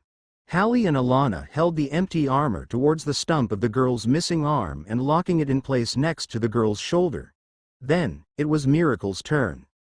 Her small right arm wiggled out of shape and entered the empty armor like a tentacle. There, the flesh slowly came into shape while emulating muscles, nerves and blood vessels necessary to be able to control the new arm. The process was tough as connecting the girl's nerves and the artificial one took a huge toll on the girl's body. Mark had to hold her tight as she convulsed violently. Miracle's flesh filled the armor and the connection with the nerves was established. With that, the little girl removed her hands from the armor and her misshapen hands formed back. The other blood children then started to work on some adjustments on the arm with Mark's mental instructions. The girl still looked in pain even though the procedure was already finished. It was because the painful sensation was still left. There was also the chance of her body rejecting the new arm, and to prevent that, Mark made the little girl drink a whole vial of regeneration medicine he procured from the military settlement. After a while and under everyone's nervous stares, the girl's body calmed down, which made them sigh in relief. Her breathing was still quite ragged, so Mark did not stop on channeling the energy until she became stable. The procedure was finally finished and the girl was given a new arm. Still, it was just an experiment and there was still the possibility that it might not work well or even not work at all. In any case, at least, they tried. While the girl was still unconscious and looked like that she would still not wake up anytime soon, the three Oedicus started to work on the designs of weapons and equipment they wanted. Of course, most of it ended up being referenced from anime and manga. Some even looked like they were taken from sci-fi movies. Nevertheless, the three were enjoying this work. On the side, Miracle was surrounded by the blood children, while she drew something on her own. Of course, since Aphelia retreated already, it was just a childish drawing. My lord. Amihan spoke as something seemed to occupy her mind while looking at the unconscious girl's new arm. What is it? I just noticed, but the arm Miracle created inside the armor is made of flesh, so can't you just make a whole flesh arm with metal bones inside? I don't think that the armor is necessary. She then froze. 3 pairs of eyes were looking at her coldly without any shred of emotion. Amihan could not help but retreat while saying, please forget it, I didn't say anything. In her mind, SCARYYYY. After she said that, the eyes that looked at her turned back to normal and the owners of the eyes went back to their work. Before noon, the girl finally woke up. Apparently, her name was Ilona, an orphan who lived in the streets of Eastport Settlement. She was too hungry and thirsty that the first thing she asked for was food and water. Remembering what happened to her, she suffered from post-traumatic stress disorder. Fortunately, her new arm worked well, which lightened the symptoms. As Mark made the armor light enough, the only issue was that Ilona was still not used to it. Alana and Hallie presented themselves to look after Ilona, especially Alana, who said that they had similar-sounding names. In truth, the two just wanted to watch after the first creation they made. To the side, the small sylph watched everything. Is this what it meant to be an otaku? It's scary though. Day 43 to 10:46 a.m. Barangay Banugao, Infanta, Quezon. Banugao was a barangay situated at the west-northwest of Infanta and was directly south of the eastern side of General Nakar. The north and western part of the barangay was surrounded by Agos River, which also separated it from the territories of General Nakar, Quezon. It was a rural barangay where most houses were rather aged and the commercial facilities were kind of lacking. If there was something abundant here, those were the tree plantations and farmlands. After the outbreak started, this place was abandoned. Scavengers did not view this place highly either due to it being a rural area. The only ones that frequented this area were the people from Death Valley Settlement due to the main road going in and out of General Nakar passing through this barangay. Now, thousands of people could be seen around and were currently working on a lot of things. The military could be seen occupying the only school in this barangay, the Banugao Elementary School. On the other hand, the other people started to occupy the surrounding houses by the arrangement of the military. This place was the area the military chose to build the new settlement after both Port of Real Settlement and East Port Settlement became nests of dangerous animals and the infected. The place was chosen due to the fact that Agos River ran to the north and west of this barangay, making a natural barrier against the evolved animals coming from the mountains of General Nakar.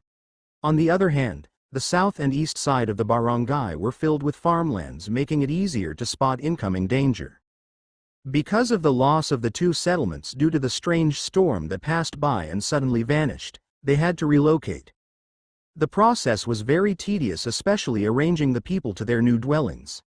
There were also the additional people that came from East Port Settlement that gave the military quite a headache and heavier load to worry about. However, it was their duty to protect them as the military. It was also good that they got more capable people, especially the evolvers and mutators. There were no walls to protect them, and that was why they needed more people to guard the area while they slowly built the new walls. The military also had to prepare new facilities they would need, especially to continue their research. A lot of materials were needed, but fortunately, they would be able to gather some good stuff to use from the remains of the ruined Death Valley settlement that was just about 15 minutes away north of Banugao. It was quite dangerous, but the military was also planning to retrieve materials and equipment from the previous settlements in the future while employing manpower from the civilians. Since there were no walls yet, there were attacks happening from time to time, but due to the new evolvers and mutators in the settlement, these attacks were dealt with even before they could harm anyone. Aside from that, they were fortunate that the attacks were lesser than before. It was because most of the possible threats in the area were more drawn to the coasts at this moment. They still had time to secure the perimeter of the new settlement before everything returned to normal. In the new settlement, things had been going well on the side of military development. On the side of the civilians, however, there were some scruples happening. Due to the difference in status of mutators here compared to East Port Settlement, there's some mutators that were having a hard time to adjust. Their haughty attitude was causing troubles here and there. It was also the same for the normal people from East Port Settlement, which mostly tried to stay away from mutators, even the ones from the military settlement. This caused the normally behaved mutators to have problems with these people. There's also the problem with discrimination. Although there were not many voices that frankly discriminated them, it was obvious that the female slaves and the prostitutes were being looked down upon.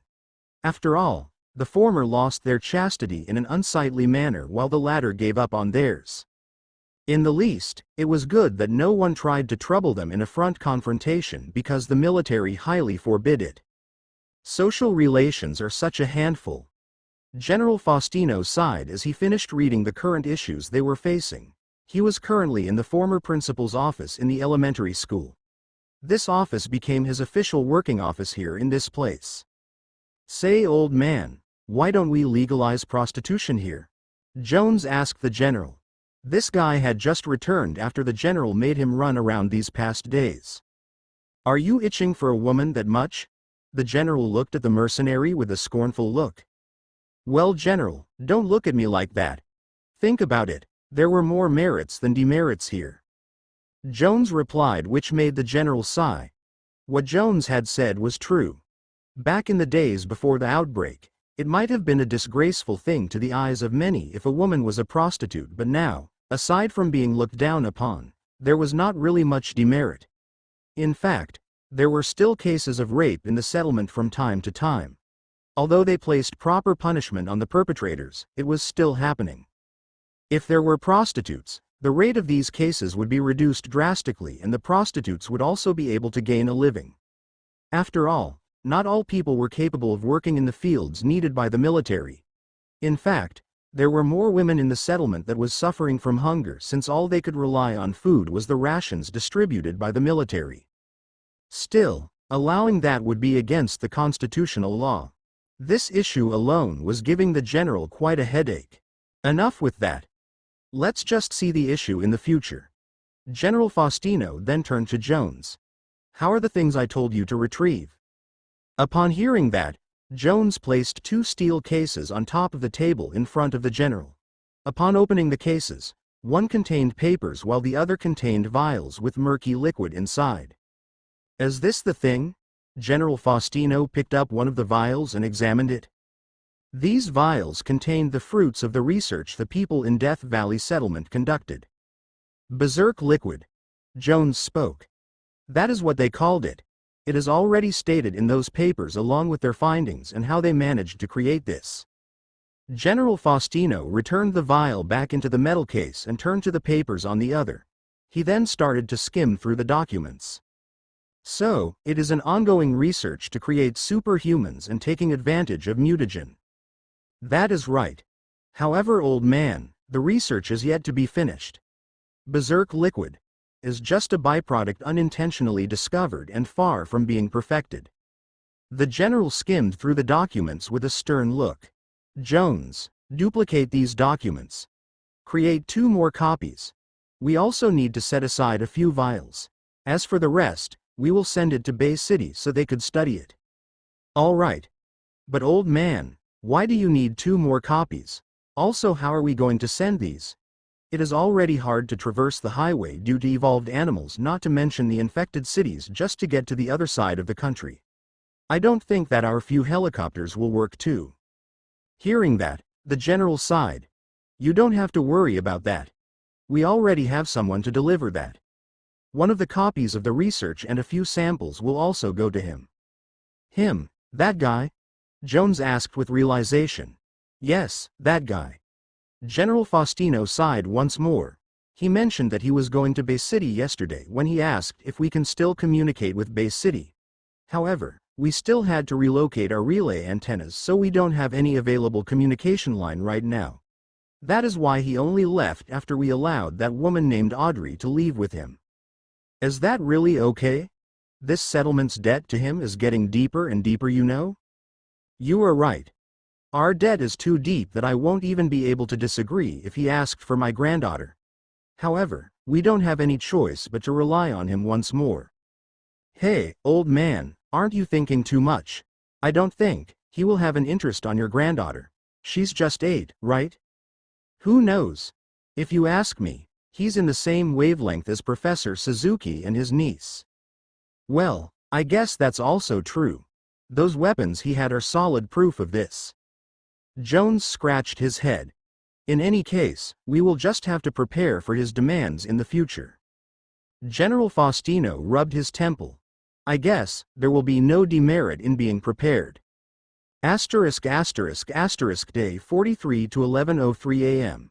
Mountain Base, Mount Malabito, General Nakar, Quezon. Achoo.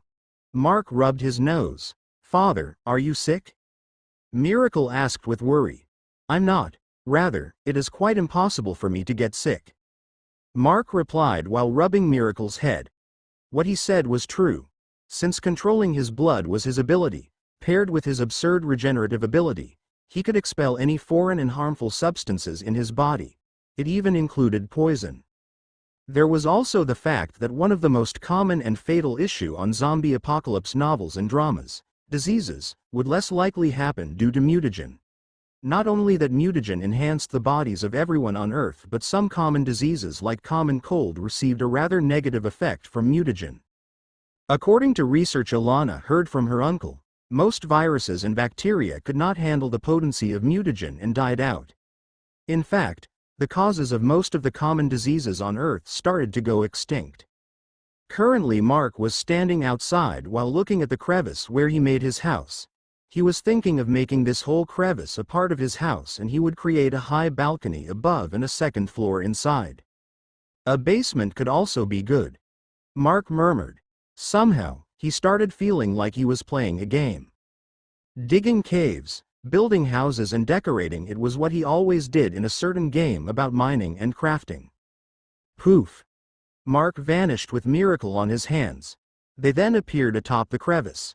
One of Mark's favorite spot in his base, since here, he could oversee the fruits of his work. Of course, he was not the one who built the new houses or dug the farmlands to the north. However, without him, all of these would not exist either. Tomorrow, he would stop by to the relocation site of the military settlement to get some things. He had to bring a few things back to Bay City. It was not free, of course, but another debt that settlement had to pay later on. It would look like as if he would be running some errands for the military, but he did not really mind it as he was in a good mood. Things were getting better in his base. The slaves he brought started to feel living once more, and they were all looking at him with reverence and gratitude. Especially the case of Tulia and Audrey. He could feel that the two would likely lay their lives for this base, which was a good thing. He looked down and saw the children starting to line up. It was good that these children were learning proper manners and were not unruly while lining up. In front of the line was Trisha and Althea, who prepared the food for lunch and were distributing it already. As for Ilona, she was also in that line, and she was already getting used to her new arm. The other children that saw her told her that it looked cool, which reduced her trauma even further. The farmlands to the north of the base were also being developed nicely under the leadership of the old couple. Inside the base, the houses were being built uniformly by Huey, Ed and Ron. At the northwest inside the walls, a lot of cut meat was being dried neatly. His base was developing nicely. He could not wait to let his beloved ones see this sight. Day 43 to 1:36 p.m. Central Business Park, Bay City, Parañaque, Metro Manila. More than a month had passed since the apocalypse came. There were 20,000 people gathered in Bay City, with about 40% being able to fight. In that percentage, more than half belonged to the military, though it would be hard to tell the exact number.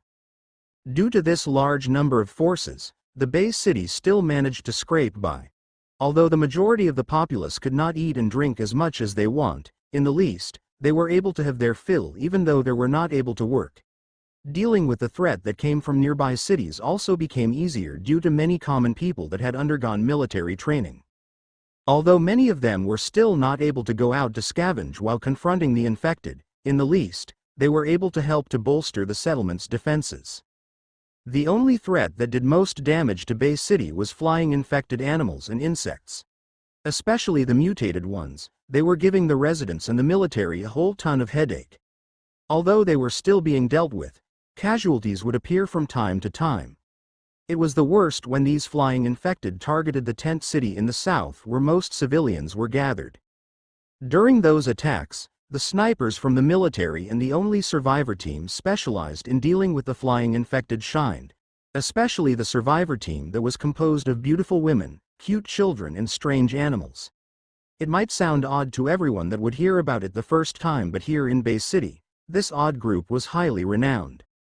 Although the group itself had not been named, many people call them by the name Team Fairy, due to their show of prowess in the previous incident in Philippine General Hospital. There were also some groups that were popular among the people, and two of those groups had close ties with Team Fairy.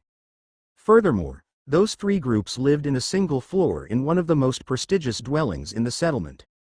Aside from those groups, there were also individuals that left their names in the memories of the people here. One of those was someone called Mad Berserker, who would go at any length to annihilate any infected he would encounter. His most renowned deed was when he lost himself in slaughtering the infected that he cleared a whole nest consisting of about 1,000 infected on his own. It might sound like a fantasy story, but the military bore witness to that event.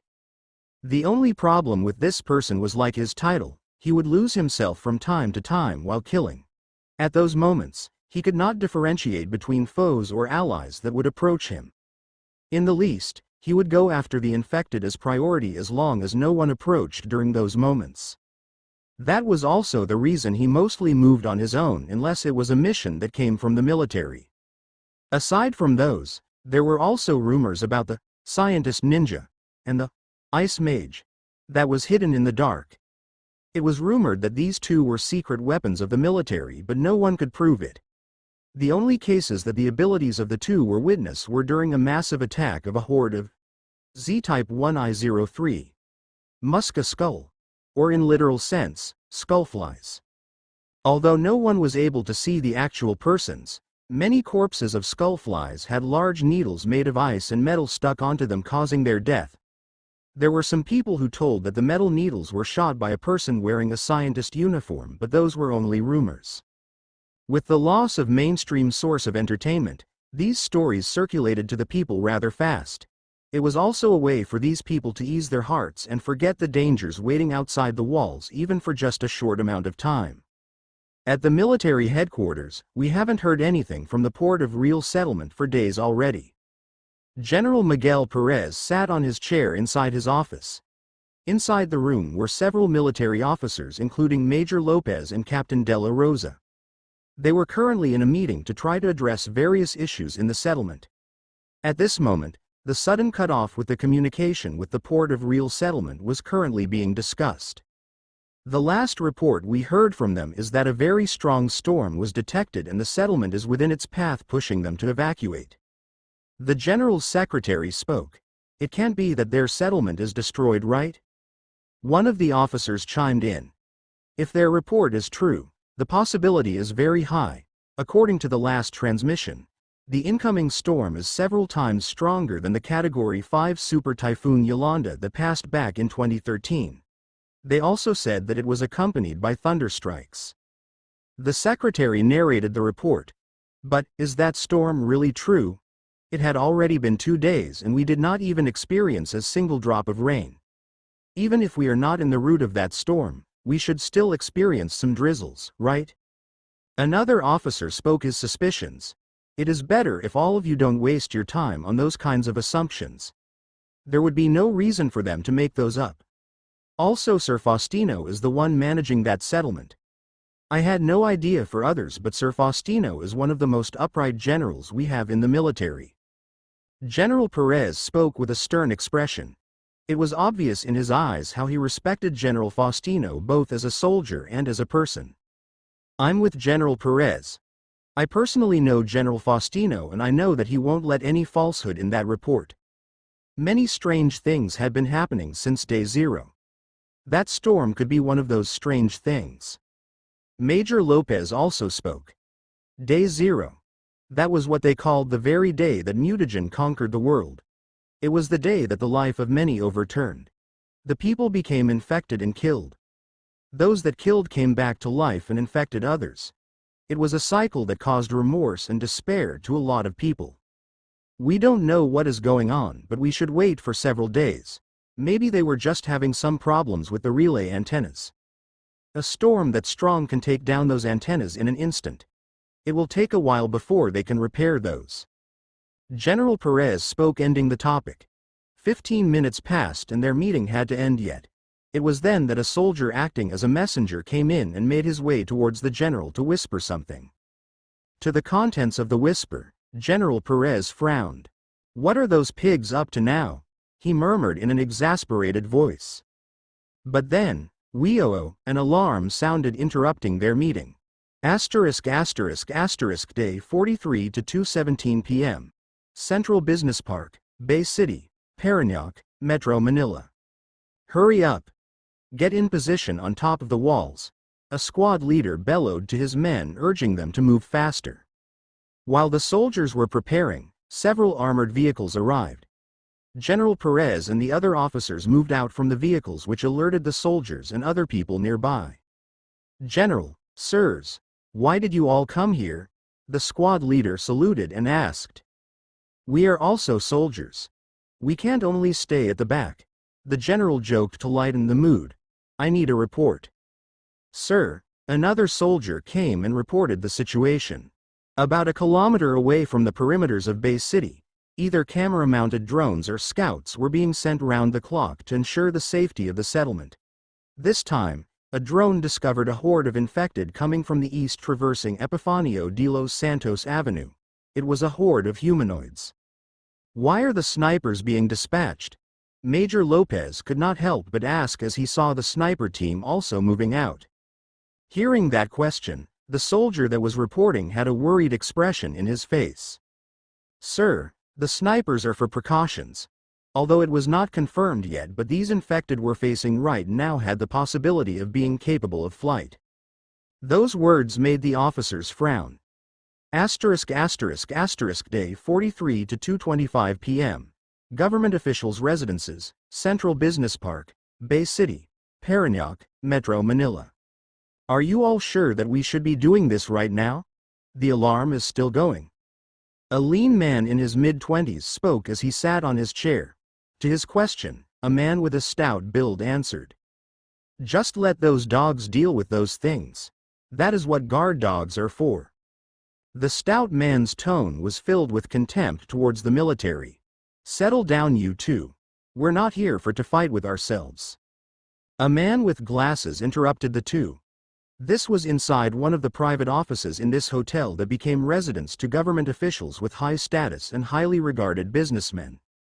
Inside the office, 7 men sat on their chairs and each of them had guards standing behind them. The leading man in this group was a man with a rounded face and a mustache, Senator Gong Estrada. With silence of the two, Senator Estrada finally spoke. "I know us all here had some scruples of our own, but that is not what we are here for. Set those aside for now. As you 6 know, the authority of the military is starting to overshadow us." That statement made the eyes of the 6 people seated sharp. Most of the new evolvers and mutators emerging from the populace are being recruited by the military, while those that come to us are lessening as time goes. "In other words, we should deal with this, right?" A man with a sly-looking face spoke. "That is right, but the question here is why this happened in the first place." The other 6 went silent. When Bay City was established as a settlement, they still had power over the military even though it was General Perez that was governing the settlement. Because of that, they were still able to gather support from the populace and were able to recruit people that were being added to their private forces. As time had gone, however, that power started to diminish. Now, all the new recruits and survivor groups were going to the military for both support and alliance. It all started because of that group. The man in mid-20s, Raver Guevara, spoke. He was a young businessman who could be said as a business prodigy in the current era of the Philippines. Back before the apocalypse, he was a young person owning several 5-star restaurants and hotels. In the building of this settlement, he also contributed a large amount of money. To what Raver said, the stout man, Congressman Diosdado Escobar, squinted his eyes. "I heard that you fancy that fairy sniper. Who wouldn't? Those face and body sure looks irresistible to anyone. Unless you're impotent." Rave looked at the congressman with a smug look. "Just what are you trying to say, you narcissistic lizard?" "What? Is there something wrong with what I said?" Both Congressman Escobar and Raven stood up from their seats. Even their guards behind them were ready to draw their weapons. "Here we go again." The man with glasses, Senator Emilio Azucena, scratched his head. Bam! A loud banging sound interrupted the two. They could not help but look at Senator Estrada, who was glaring at them. The two could only sit back down on their seats. They were not afraid of the senator, and rather they were afraid of the guard behind the senator. "I told you all that set aside those scuffles here." Senator Estrada took in a deep breath and calmed himself. "Most of the military's current merits are because of that group, especially the woman you two are talking about." The senator looked at Raver. "Sad to say, but you can't have that woman. In order to cut off the military's current advance, that group should disappear. Day 43 to 1:45 p.m. Government officials' residences, Central Business Park, Bay City, Parañaque, Metro Manila. When Senator Estrada spoke those words, every person in the room looked at him in silence. The expression and aura the senator was exuding was more than enough to make them shudder. Behind the senator, there was also his bodyguard who was continuously releasing a strong air of blood. Even though they were all here forming an alliance, they could still feel that these two people were the most dangerous in this settlement. Raver seemed to have disagreement with those words, however, but he could not speak his will right now. He totally took fancy with the girl named Mei Xiao. Not only was she beautiful and skilled, but also the princess of the renowned Xiao Industries. The only problem was that it seemed that her family neglected her and only valued her as a bargaining chip before. Even before the outbreak, he had already known her through business events and parties, but even though he was a business prodigy, he was still far from the eyes of the president of Xiao Industries. There was no way for him to pursue her. Now, however, he had all the chance he wanted and as such, met with her several times, just to be rejected. He had all his influence and even people, but his existence did not even enter her eyes. She did not even face her, not even once. What are you going to do with Xiao Industries? That fairy sniper is their princess. Everyone knows that. Congressman Escobar spoke. There's no need to bother with them. They might have some private forces, but there's nothing they can do if we made our move. Besides, their family mostly moves inside the settlement. They don't make too many movements outside. They don't even participate in military commissioned missions. They're just a bunch of cowards. There is also that issue. Their princess didn't want to have anything to do with them now. The amount of things they could do to interfere is very minimal. Senator Estrada spoke with a grin befitting a schemer. Even his arms were bent over the table and his fingers on both hands were crossed. Movements outside, are you perhaps? Senator Azucena voiced his realization. There will be a mission in a few days. Of course, the military has yet to announce it. Another infected nest is found in the NAIA airport. As all of you know, that is not far from here. Senator Estrada spoke with confidence. Then, he revealed information that no one else knew aside from the higher-ups of the military. It was an obvious display of how deep his connections within the military, despite the scuffles between the government officials and the military that already started to come to light to the public. Are you confident about this? One of the men who kept silent until now spoke. He was a lean man with strict-looking eyes. He was the retired Senator Osmeña. You all don't have to worry about this. In a day or two, this will come in public. With the information we have, we can prepare and take advantage of the situation. Wait, are you all sure about this? There is a rumor that that group is somehow related to an evolver that have prowess on par with the unknown. The other silent person also spoke. He was Congressman Montesoro. Of all the people here, he was the one known for being cautious. To those words, however, Senator Estrada frowned. As you said, those are nothing but rumors. Those rumors included that the person you were talking about is a vengeful person. However, nothing happened to those that harassed their group until now. Think about it. Those baseless rumors could be deliberately spread by the military to get people away from that group. That made Congressman Montesoro silent. While the rumors were there, but there was also the fact that nothing happened to those that supposed to be suffering due to that person's revenge. In fact, not a shadow of that person was seen for the whole month that group stayed here. What do you want to do? The last person spoke. He was the youngest among the politicians here, Congressman Anders Santiago. It's like this, their meeting took more than an hour before it finished. Everyone else moved out of the room before Senator Estrada since this was his residence. Are you really sure about teaming up with those useless people? The man standing behind Senator Estrada spoke. His voice was deep and had a chilling vibe. It would make anyone with the faint heart feel fear. Although his appearance was similar to those bouncers that could be seen in cliché nightclubs, the faint bloodlust he was emanating was too thick. Even those that had no experience in these fields would be able to tell that he had killed many people before. This person was not just some bodyguard Senator Estrada hired. He was a mercenary from an international criminal organization. Devon, although they might look useless, they still have some uses. I really like your line of thought. Devon smiled. He and this senator had been working together for a long time now. The mercenary could tell that those useless idiots would become scapegoats if things get awry. Still, those 6 idiots seemed to have no idea. No, there seemed to be 2 who were able to catch up to some extent. What are you going to do with those 2? They might bite you back. Devon asked. He was talking about Raver and Congressman Montesoro. What's the use of your men if they could? Senator Estrada replied with a smirk. To those words, Devon moved his hands as a signal. There, 6 people appeared as if they left from the shadows of the room. These were surely not normal people. You 6 go and observe those people. With Devon's words, the 6 melded into the shadows once more and vanished. Your men are really convenient. No one would have thought that such people exist in the modern world. But are you sure that they won't fail like that, Alduric? You don't have to worry about that. Alduric is just a rookie and someone who was picked up from the roadside. Those 6 are different. They were trained assassins from the organization. We have all sorts of people there, from real witches to actual cryptids. ****** Day 43 to 2:12 p.m. East Walls, Central Business Park, Bay City, Parañaque, Metro Manila. We have visuals on the horde, requesting permission to fire. The voice of the captain of the soldiers that positioned themselves on the buildings outside the walls could be heard on the radio.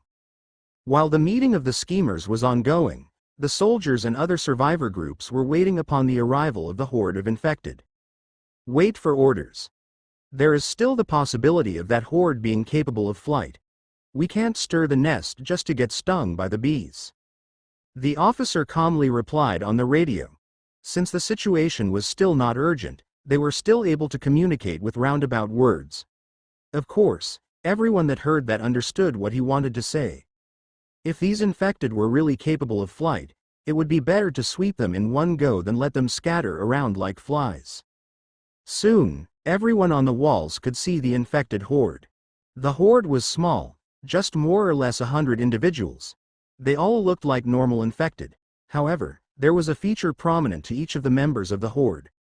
On their backs, bat-like wings were present. Since the horde was seen traversing the road on foot, they still had not confirmed whether those wings were just for decoration or not. While the horde advanced towards the walls on their own pace, the soldiers and the survivors waited on their positions with their hearts pounding. 100 meters, 50 meters, 20 meters, the horde closed into the ambush point. However, the horde stopped 10 meters before the ambush point. At the ambush point, there were explosives installed to deal massive damage to the horde, and the people only needed to deal with the remaining infected. With the horde stopping more than 10 meters before the ambush point, the traps were rendered useless. Still, the permission to fire was not given. There was still the possibility that the horde would continue. That was just a wishful thinking though. Shoot! Quick! Shoot! One of the survivors bellowed, and his group shot before everyone else were able to. It was because the mutator they had who was able to see far managed to witness a horrifying sight. The male infected leading the group, he was smiling. At the same time, every single infected opened their wings and flew off. The group who fired first was able to hit a few, but the rest flew up in fast speeds that the naked eye could have a hard time to see. The military also fired when they witnessed the movements of the wings of the infected, but they only got several infected. Shit! They're fast! A survivor said with his eyes wide.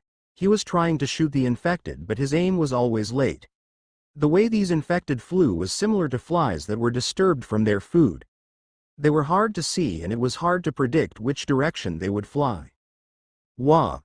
A soldier positioned atop one of the buildings outside was grabbed and was pulled off from the building. Due to the sudden situation, the sniper rifle he had was left on the building. The soldier was experienced and only screamed due to surprise. While he was hanging on the air, he waited before he saw a place he would be able to land on and used his pistol with great difficulty to shoot the infected that grabbed him. Bang! Bang!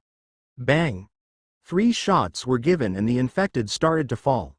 The soldier tried to grab on the railings of one of the windows of the building, leaving the infected to fall on its own. However, he was grabbed by another infected.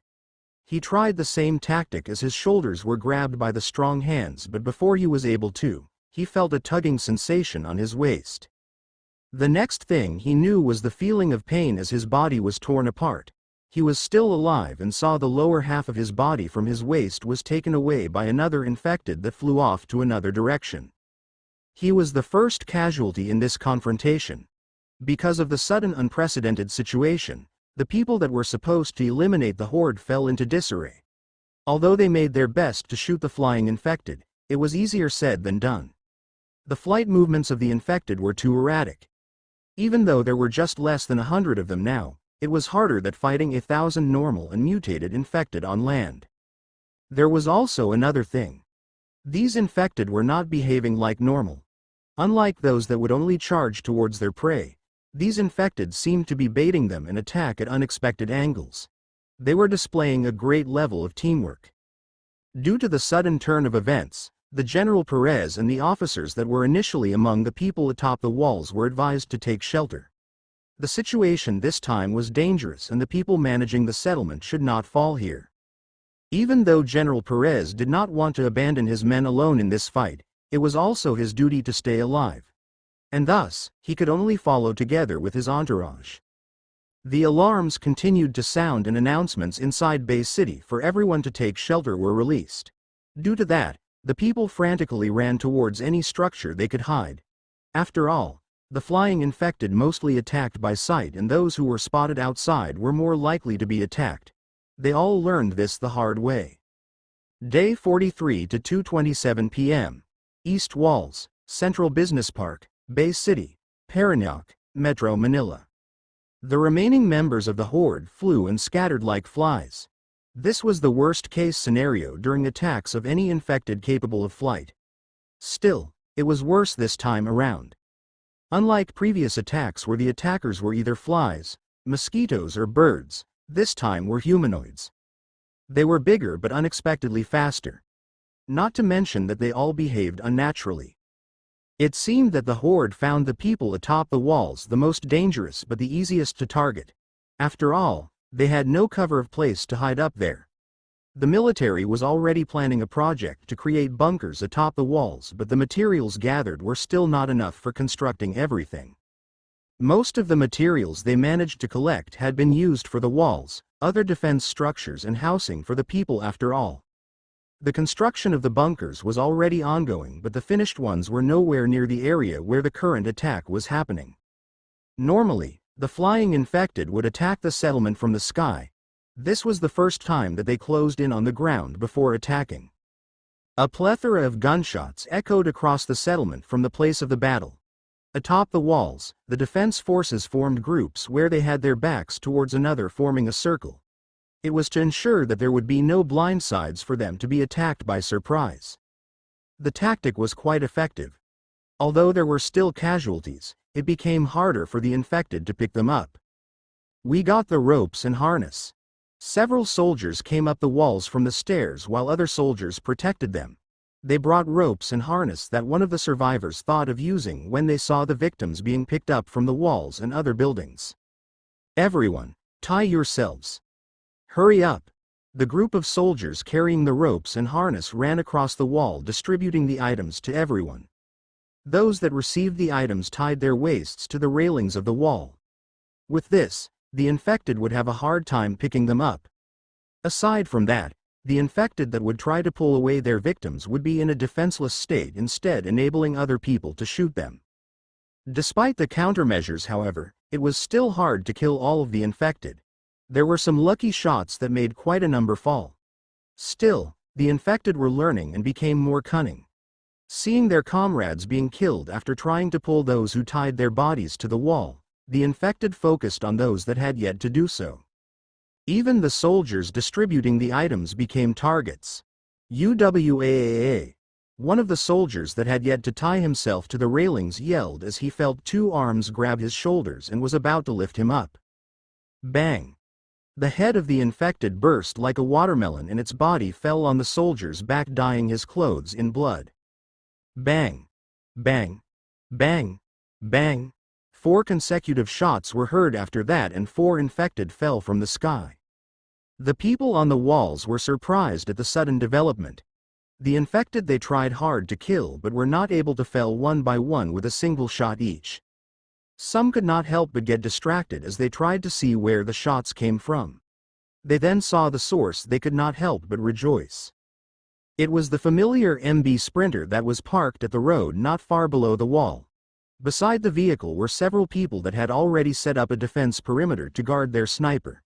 Everyone recognized the vehicle and the people. They were the popular Team Fairy, the current ace of the military in terms of anti-air combat. May, Odalina, Abigail and Iola had set up a defense formation with May in the center. Iola was beside May as the creator of the barrier, while Abigail and Odalina would deal with the infected that fall to the ground but did not die. A group of women and children, still, no one belittled them due to their achievements. This time for sure, they would still dominate the battle. At the air, a roar sounded. Everyone saw the male infected leading the horde making that roar. The soldiers immediately shot the infected, but before the bullets hit, the infected already moved away from his initial position. Following that roar, the infected flying in every direction changed their target. It seemed that they deemed that the Team Fairy was the most dangerous among the people and prioritized to attack them. There was no doubt about that. The whole horde started flying erratically, but all of them were obviously closing in to Team Fairy that was on the ground. The soldiers and survivors atop the walls tried to shoot the infected that flew past them, but with Team Fairy being inside the walls and the difference in elevation, the attacks they could do was limited. If they insisted on deliberately shooting the infected while facing the inward direction of the settlement, not only that they could damage the structures and kill civilians with stray bullets, but there was also the possibility of accidentally shooting the Team Fairy on the ground. Nevertheless, there was really no need for them to shoot. "Young miss, how many is there?" Odalina asked as her arms and fists started to get covered with her bone armor. Behind her, May's eyes were moving rapidly, counting the moving infected in slow motion. "Hard to count. About 62 or so," May replied as she continuously shot and emptied the magazine of her sniper rifle. Out of 10 bullets consumed, she managed to hit 6. It was not a bad ratio compared to the people at the walls. However, it was all thanks to her ability to slow down everything in her vision. Many call this ability as bullet time, but in science, it was called tachypsychia. Tachypsychia. It was the neurological condition where the brain distorts the person's perception of time. For someone affected, the time that was perceived lengthens, making things appear to slow down, or sometimes, making things appear faster and blurry. In May's case, it was the former, and it was one of the 2 abilities Mark gave her and was able to control it at will. It was something that changed her life. Bang! After changing the magazine, May started to shoot once more. Unfortunately, what she could handle were only 10-round magazines, and any larger would hinder her movements to some extent. Still, it should be enough. She was not alone. The infected started to fall one by one. Of course, not all of them were hit on their head and died. Those that were hit on their bodies writhed in pain as they fell, while some were hit on their wings, disabling their capability to fly. On the ground, Odalina and Abigail moved. With each punch and stomp, Odalina smashed the head of an infected open. Abigail, on the other hand, transformed and dealt with the fallen ones with her little but overwhelming kicks. Because the 2 were in the open, they were also subjected to the attacks of the infected. However, those that came for Odalina were instead slammed down on the concrete and were killed. Those that came towards Abigail caught nothing but air, as the little girl could move faster than them. Bam! TSSSSS! Bang! Of course, there were some that managed to close in towards May and Iola. However, every time that they did, an invisible barrier would appear in front of them, not only stopping their attack but burning them as they made contact. During the time the infected reacted to the barrier, they would fall down to the ground with a hole in the head. The horde was killed one by one and Odalina managed to restrain 2 of the infected alive. It was a request from the laboratory and the military, and that was why they came in late. Although it was not compulsory, they could get more rewards for the living infected caught. Seeing that disadvantageous fight, however, one of the infected immediately fled faster than lightning. It was the leader of the horde. When May and Odalina saw that infected escaping, they could not help but remember the muscled infected Mark encountered before, an infected with a higher level of intelligence. It did not take long and the horde was cleared. It was another victory for the settlement, but still, quite a number of people died.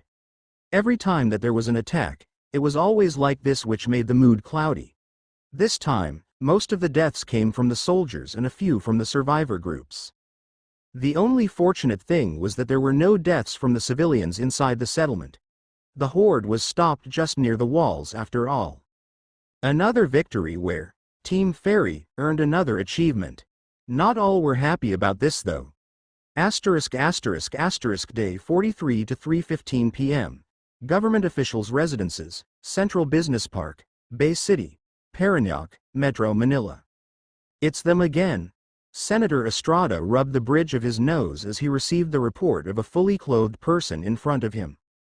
Yes, Senator. How about the groups we had that participated there? From the 3 groups, 4 people died. 7 received injuries from the claws of the infected. And that Team Fairy? Only the 4 main members participated this time. No casualties and no injuries. Hearing that, Senator Estrada stood up and faced the window with a stern expression. That groups, especially those 4, are really strong. They also have those 2 beasts. Unfortunately, they are on the side of the military.